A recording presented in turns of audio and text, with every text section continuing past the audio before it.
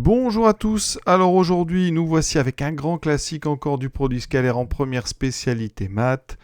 La figure, je vous la présente, on a un carré ABCD, c'est le grand carré, ensuite un deuxième carré plus petit, donc FGAE, le point A appartient au segment DG, d'accord. Ensuite on va prendre I, le milieu du segment DG, donc je vais le coder sur la figure, voilà. Eh bien, on va montrer à l'aide du produit scalaire et de deux façons que la droite IA est perpendiculaire à la droite DE.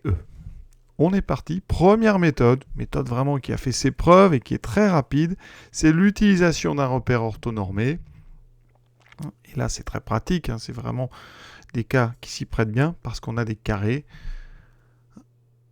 On est parti. Première méthode donc avec un repère orthonormal. Alors, AB, on va dire que sa longueur, c'est donc petit a, et AG, c'est petit b. Donc A, c'est le côté du grand carré, B du petit carré. Ça veut dire que A et B sont deux nombres positifs, strictement, et que A est ici plus grand que B sur ma figure. Le repère que je vais prendre un vecteur pour les abscisses, qui sera donc le vecteur AB, que je vais diviser par sa longueur. Donc je vais le multiplier par 1 sur A. J'obtiens donc un vecteur I qui a pour norme 1. Le vecteur J, je vais le construire sur AD, mais je divise AD par sa longueur. Donc ici, je divise le vecteur AD par sa norme, donc j'obtiens bien un vecteur J qui a une norme 1. Conclusion, le repère AIJ est bien un repère orthonormal. Un repère orthonormal très important. On va donc pouvoir faire des calculs de coordonnées et utiliser la formule du produit scalaire, donc qui donne xx' plus y'. Pour ça, il va me falloir les coordonnées de pas mal de choses. Alors moi, je veux un angle droit ici entre la droite AI et la droite ED. Donc je dois calculer le produit scalaire, donc ED AI. D'accord. Pour ça, il va me falloir les coordonnées de ED et de AI. Alors, on va y aller doucement sur la figure.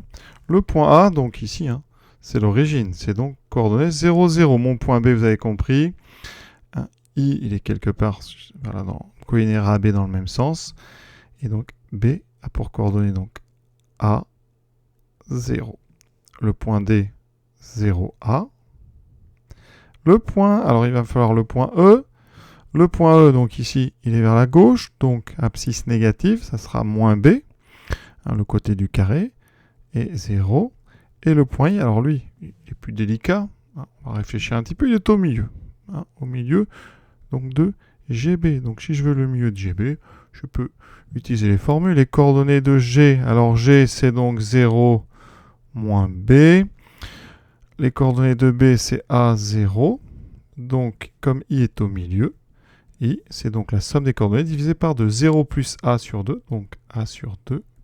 Moins B sur 2. On aurait pu le retrouver sur le dessin, puisque pour aller de A à I, vous voyez, il suffit que je me déplace jusqu'à la moitié ici, qu'après je descende d'une moitié.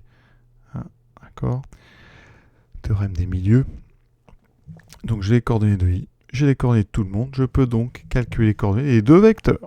Je commence donc par ED, coordonnées de D moins celle de B. Donc 0 moins B, ça fait B. A moins 0, ça fait A. Ensuite, il me faut donc AI, ou IA, comme on veut. Donc AI, coordonnées de I, moins celle de A, donc ça donne les coordonnées de I. Je calcule ce petit produit scalaire. J'ai le droit, puisque je suis dans un repère orthonormal, ça me donne B multiplié par A sur 2, plus A multiplié par moins B sur 2. Et vous voyez bien que ça fait AB sur 2 moins AB sur 2. Ça me donne 0. Donc, les vecteurs ED et AI, comme ils ont un produit scalaire qui vaut 0, ils sont orthogonaux. Et quand ça veut dire que ici, comme on est dans le plan, les droites ED et AI sont perpendiculaires. Donc, ED et AI sont perpendiculaires. Vous ferez attention l'année prochaine, quand on est dans l'espace, on peut avoir des vecteurs orthogonaux et des droites qui ne se coupent pas. Elles ont des directions orthogonales, mais elles ne se coupent pas. On en parlera bien sûr l'année prochaine. Deuxième méthode qu'on pourrait nommer par décomposition, on va décomposer nos vecteurs. Donc je dois calculer le produit scalaire ED AI. Eh bien, je vais essayer d'utiliser au maximum les directions de mes carrés. Donc pour aller de E à D, je vais faire un petit alt en A. Donc je vais faire EA plus AD. Ça, c'est relation de Schall. AI, pour aller de A à I. Alors, ici, on va ruser un petit peu. Comment va-t-on de AI en utilisant les directions du carré? Mais comme je l'ai dit tout à l'heure, ici, pour aller de AI, ce théorème du milieu, je m'arrête à la moitié et je descends d'ici. Et donc, mon vecteur AI, eh bien, c'est la moitié du vecteur AB, plus ici, ceci, qui est la moitié du vecteur AG. Et maintenant, on n'a plus qu'à utiliser donc la distribution. On fait EA scalaire, donc 1/2 de AB. D'accord? On sait que le 1/2 va finir devant. Ça, c'est la linéarité. EA scalaire, ensuite 1/2 de AG. Plus AD scalaire 1/2 de AB. Plus AD scalaire 1/2 de AG. Voilà. On va donc pouvoir sortir les demi devant. 1/2 de EA scalaire AB, plus 1/2 de EA scalaire AG. On peut comme ça sortir les coefficients, les mettre devant. Plus 1/2 de AD scalaire AB, plus 1/2 de AD scalaire AG. La propriété que j'utilise, c'est la suivante. U scalaire alpha V est égal à alpha multiplié par U scalaire V. D'accord? On dit que c'est la linéarité ici par rapport à la deuxième variable. Quel intérêt d'avoir fait ça? Je me suis en fait ramené sur des directions qui sont celles des carrés, donc soit des horizontales, soit des verticales. Quand on regarde EA scalaire AB, regardez sur le dessin, je vais insister dessus.